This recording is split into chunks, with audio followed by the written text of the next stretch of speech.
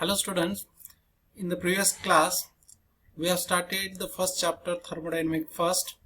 In that class we have discussed the introductory part of thermodynamics, that is what is meant by thermodynamics and the definition of thermodynamics. Then later we also discussed the scope of thermodynamics. In brief or in a very short time I would like to remind it again.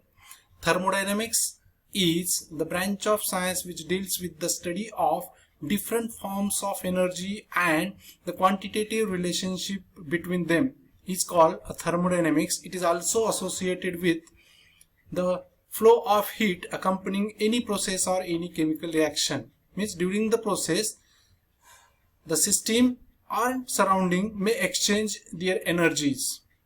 That branch of science is called as thermodynamics. We have also discussed the scope of thermodynamics. Scope means why one should go for the study of thermodynamics. Means from the study of thermodynamics what information we can get. That is nothing but the scope, that comprises the scope of the chapter. And we know that thermodynamics gives information about the three things. One is feasibility of the process, whether practically the process is possible or not under the given set of condition. That is the one thing. The another thing is to what extent the chemical reaction or any process proceeds. That also information is given by thermodynamics, or by having the knowledge of thermodynamics we can have that these two information. And the third one is as we know that there are four thermodynamic laws: zeroth, first, second and third law of thermodynamics. By using these laws, various other laws of physical chemistry have been derived. Now let us begin with another concept in this chapter, that is thermodynamic terms. Friends, here I would like to mention that as long as we study the thermodynamics, we are going to use frequently these three or four terms. These terms are system, surrounding, boundary and universe.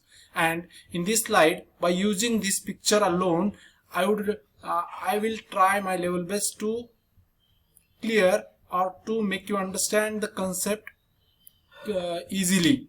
What is mean by system, surrounding, boundary and universe. First of all, let us try to understand what is mean by system. Here in this conical flask we can observe some sky blue colored liquid, and that liquid is considered as a system. And whatever the boundary of that conical flask which is considered as, or the surface of this conical flask is considered as the boundary, and the environment around this conical flask is said to be surrounding. And all these three parts, system, surrounding and boundary, constitute a universe. Now let us try to understand what is system, or I will try to define it. The system is the part of matter or the specific portion of the matter under thermodynamic study is known as system, and rest of the part other than system in the universe is known as surrounding.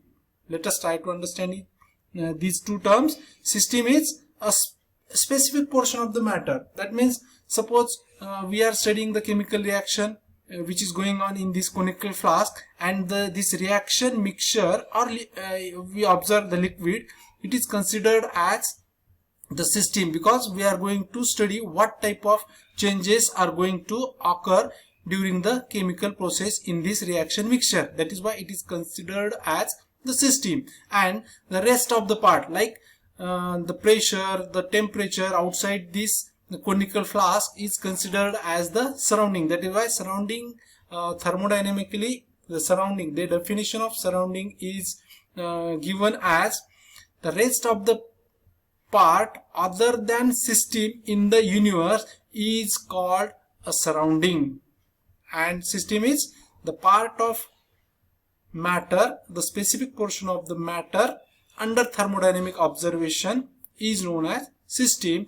And the boundary is an imaginary or real surface which separates the system and surrounding from each other. Here this liquid is separated by this definite surface from the surrounding. That is why it is called as a boundary. That is, the inner surface or the surface of this conical flask is considered as the boundary. The boundary may be imaginary or real. In this case, we observe the boundary as a real, and these three terms comprise the universe. Means rather I would say the system plus surrounding comprises the universe.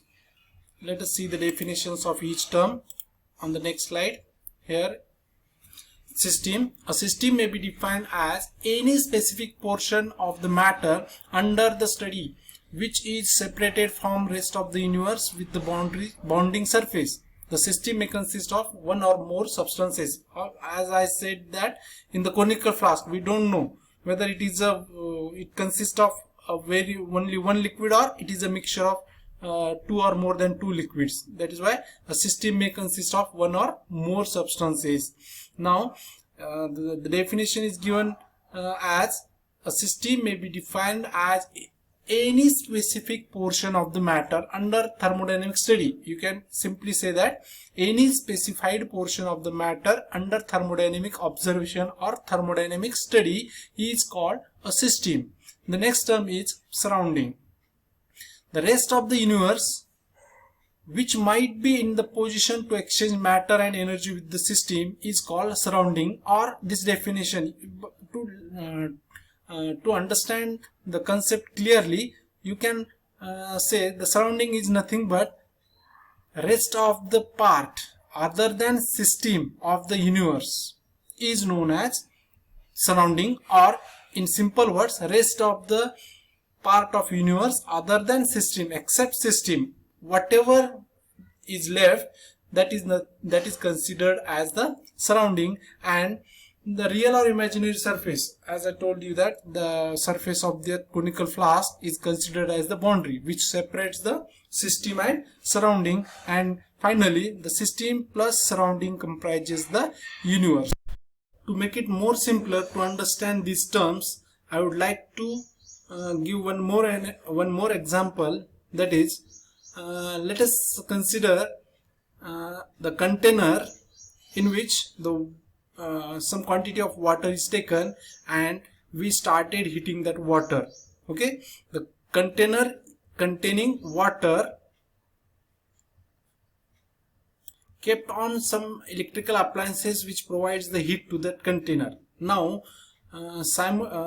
gradually the water starts boiling, since water is absorbing the heat from the surrounding, that is from the electrical appliances. Here we are going to observe what kind of changes occur in the water. That is, obviously the temperature is going to increase. That we are going to study. That is our thermodynamic study. Here water's temperature we are observing. That is why water is our system, and rest of the part other than water is considered as the surrounding, like that electrical appliance and the pressure of the air around that container, etc.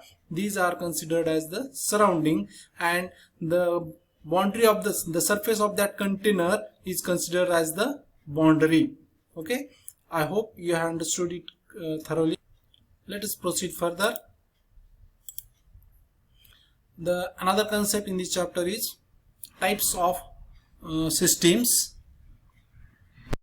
Now we know what is mean by system. Okay, now let us start. What are the types of system? Based on whether system exchanges mass or heat or both, depending on this fact, the system is classified into three types: open system, closed system, and isolated system. Let us see one by one in detail. If we look at the very first picture here, conical flask is there, some liquid is inside the conical flask, and the liquid is vaporizing. Okay, in this picture, if you observe carefully, liquid which is vaporizing, and the two tick marks are there, and these two arrows are nothing but the exchange, whether it accepts or it loses. That is nothing but we use the term exchange term. Okay. Open system. Open system is a system in which the system exchanges mass as well as heat with the surrounding. Such systems are said to be open system. And in the second picture, if you observe carefully, the conical flask is closed by a lid. Okay, this is a closed conical flask.